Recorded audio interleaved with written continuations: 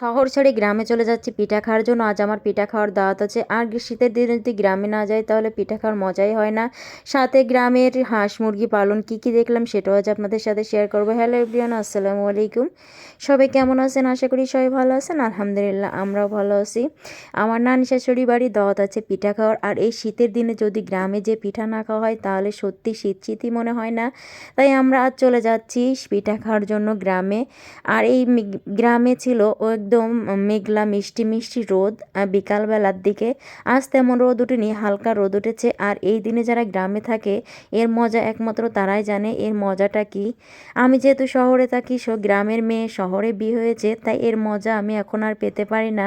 গ্রামের মিষ্টি রোদেও আমি দাঁড়াতে পারি না, তাই খুব মিস করি। এদিকে আমি এই স্কুল আর এই যে বাচ্চাদের খেলাধুলা দেখলে যেগুলো আমাদের পুরনো স্মৃতিকে মনে করিয়ে দেয়, আমি দেখতে দেখতে চলে এসেছি গ্রামে।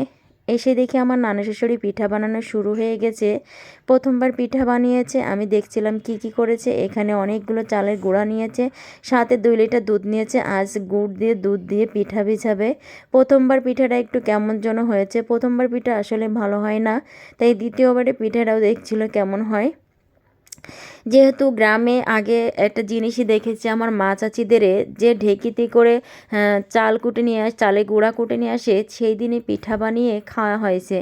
আর এখনকার সময় শহরে এসে সেই জিনিসটা দেখে পাই না। মানুষের এখন কত শান্তি, কত সুবিধা হয়েছে যে এখন চালের গুঁড়া মেশিনে কুটে নিয়ে আসে, তাই না? এদিকে গ্রামে এসে আমার ছেলে তো খুবই খুশি খোলামেলা জায়গা পেয়ে। আমি আসলে একটা জিনিসই ভালো লাগে, চারদিকে এই যে ছোট ছোট মুরগির বাচ্চা, মুরগিরা এভাবে হেঁটে বেড়ায়, যেগুলো একমাত্র গ্রামে পেয়ে যায়। গ্রামের মানুষে এইগুলো পালন করে।